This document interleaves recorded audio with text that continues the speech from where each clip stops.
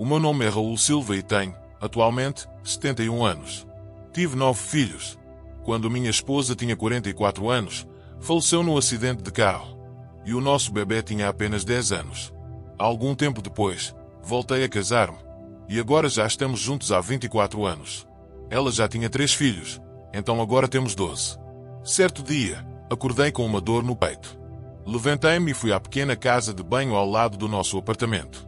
À medida que a dor piorava, pensei que estava a ter dificuldade em respirar e achei melhor deitar-me na cama. Coloquei algumas almofadas para me reclinar, como se estivesse numa poltrona, e fiquei deitado nelas. O meu peito começou a doer ainda mais, e a minha esposa perguntou o que queria que ela fizesse. Disse-lhe para ligar para um hospital e perguntar o que recomendavam. Normalmente, lido bem com os desafios. Já enfrentei muitos na minha vida e, em geral, não fico preocupado. Contudo, a dor foi piorando cada vez mais, até que finalmente disse: vai acordar o Miguel. 2 dos nossos 9 filhos estavam a morar conosco naquele pequeno apartamento. Por isso, disse: chama o Miguel, chama o vizinho para me dar uma bênção e liga para a emergência. E despacha-te. Enquanto segurava o peito, sentia como se ele fosse explodir. Era uma dor intensa. A minha cabeça inclinou-se para trás, os meus olhos abriram-se e reviraram. Rolei de barriga para baixo na cama, saindo das almofadas. Quando o fiz, toda a dor desapareceu. Pensei, isto não é bom. Não é normal a dor desaparecer de repente, depois de ser tão intensa. Foi então que disse para mim mesmo: devo estar a morrer. Fiz uma oração rápida, dizendo: Deus, por favor, ajuda-me. Havia 2 pessoas ao pé da minha cama, que vi pouco antes de rolar. Eram 2 homens vestidos de branco. Consegui ver o meu filho, o vizinho Francisco, a minha esposa através da parede e a minha filha no quarto ao lado. Ela tinha levado o nosso cão para lá, tentando mantê-lo afastado dos paramédicos que estavam a chegar. Pensei, isto é diferente. Devo mesmo estar morto. Então, perguntei aos 2 homens: olha, eu até fico, se for necessário, mas quero voltar. Deixam-me voltar. Eles responderam: sim, podes voltar. Depois, instruíram o Francisco sobre o que devia dizer. Ele chamou-me pelo nome, segurou-me com a mão esquerda, puxou-me para si, colocou a outra mão sobre a minha cabeça e disse: em nome de Jesus Cristo, ordeno-te que voltes. E então flutuei de volta para cima de mim mesmo e, de certa forma, flutuei para dentro do meu corpo. Pude sentir o meu corpo voltar à vida, aquecendo à medida que o meu espírito regressava. Quando tudo terminou, toda a dor voltou. Era como se tivesse sido atropelado por um caminhão. Foi terrível. Gritei devido à dor, mas também porque estava feliz por ter voltado. Quando regressei, os paramédicos já estavam lá e levaram-me para o hospital, que ficava a poucos quilómetros de casa. Ao chegarmos, as portas não se abriam e ficámos presos na entrada das urgências. Havia um homem parado ali. Eu podia vê-lo. Ele ficou imóvel, e todos à volta também pararam. Parecia um desenho animado. Sabe, quando todos congelam e depois retomam os movimentos. Ele aproximou-se, digitou um código no painel, e as portas abriram-se. Entramos a correr. Os paramédicos começaram a falar comigo, informando que estava a ter um ataque cardíaco. Prometeram administrar algumas injeções e outros tratamentos para resolver a situação. Estava meio consciente quando ocorreu a paragem cardíaca, mas depois disso não me lembro de grande coisa. Não foi como na primeira vez, em que consegui observar-me. Desta vez, não tive essa experiência. Lembro-me apenas de acordar numa sala que parecia o átrio de um edifício. Era uma grande sala vazia, sem nada.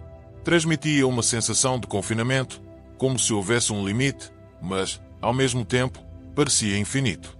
Foi uma experiência estranha. Lá estavam a minha esposa, a minha mãe e o meu pai, a cerca de 4 metros de distância. A minha esposa estava um pouco mais próxima do que os meus pais. Quando os vi, pareciam ter uns 25 anos, como na altura da faculdade. Fui ter com eles para os cumprimentar, dei-lhes abraços e perguntei o que faziam ali. Conversámos muito e aprendi algumas coisas. Foi um momento agradável. Durante todo o tempo em que estive lá, eles transmitiam uma mensagem. Ok, está quase a terminar. Temos de ir mais atrás, a alguns metros dos meus pais. Estava o homem que me tinha dado permissão para regressar ao quarto. Pensei, o que ele está a fazer aqui? Comecei a caminhar na sua direção, curioso por saber quem era. Foi então que ouvi uma voz. Era o Espírito Santo, que me disse: esse é o Salvador. Imediatamente, curvei-me diante dele. Ele pediu que me aproximasse. Quando cheguei perto, abraçou-me. Tenho 1,78 metros, e ele era mais alto do que eu. Não muito, mas ainda assim precisei de olhar um pouco para cima. Depois do abraço, olhámos um para o outro. Ele fez-me uma pergunta: onde está o teu coração? Entendi que ele não se referia ao órgão que bombeia sangue, mas ao que era mais importante para mim. Ele queria saber quais eram os meus valores, no que foco a minha vida, o que considero essencial. Basicamente, perguntava-me se Deus e a minha família eram a minha prioridade ou se eram o mundo e os seus prazeres. Eu sempre pensei que ele era o mais importante para mim. Contudo, naquele momento, a minha vida inteira passou diante dos meus olhos. Levou cerca de meio segundo, mas consegui compreender tudo. E pensei: rapaz, não és perfeito. Tens muitos problemas. Como podes estar aqui diante dele, sabendo que ele conhece tudo sobre ti? És tão fraco. Nunca fiz nada verdadeiramente grave na vida, mas naquele instante, até as coisas mais pequenas pareciam gigantescas. Disse a mim mesmo: como posso estar aqui e dizer que estou contigo? Ele não exigiu uma resposta, mas conduziu-me cuidadosamente de volta no tempo. Fui levado para antes da criação do mundo e vi Cristo. Naquela época, ele era chamado Jeová. Também vi Lucifer, Satanás. Vi Deus, o Pai. Vi todos nós. Claro que não me lembro de todos os detalhes, porque há bilhões de pessoas. Mas lembro-me de como Lucifer foi expulso do céu. Foi exatamente como descrito no Apocalipse: houve uma guerra no céu. Miguel lutou contra o dragão, que, evidentemente, é Satanás. Jeová expulsou. Não foi um momento agradável, porque quando um terço é expulso e muitos deles eram amigos, isso nunca é fácil. Depois disso, Jeová começou a construir o mundo, e eu pude assistir à criação do mundo. Vi Cristo. Vi Deus, o Pai. Não pude falar com ele, apenas o observei à distância, 2 vezes. Ele sorriu para mim. Além disso, vi toda a história da Bíblia diante de mim. O Antigo Testamento e também a trajetória de Jesus, desde o nascimento até à crucificação. Vi o Espírito Santo e pude falar com ele. Relatar tudo isto, como faço agora, foi um desafio no início. Levei muito tempo até conseguir contar esta história sem chorar ou me emocionar, porque é extremamente poderoso. A minha missão é testemunhar sobre eles. Se não o fizer de forma clara e audaciosa, para que as pessoas compreendam, não será útil. Por isso, preciso contar a minha história com precisão, e Deus ajudou-me a fazê-lo. Essa é a minha missão: testemunhar ao mundo que Deus, o Pai, vive e que tem um Filho chamado Jesus Cristo. Há uma testemunha da existência de Deus e da veracidade do Evangelho de Jesus Cristo, que é chamada de Espírito Santo. Ele é um espírito e não tem um corpo físico como o de Cristo, que tem um corpo glorificado. Deus, o Pai, também possui um corpo glorificado. O Espírito Santo, por ser Espírito, pode testemunhar-nos de forma mais eficaz.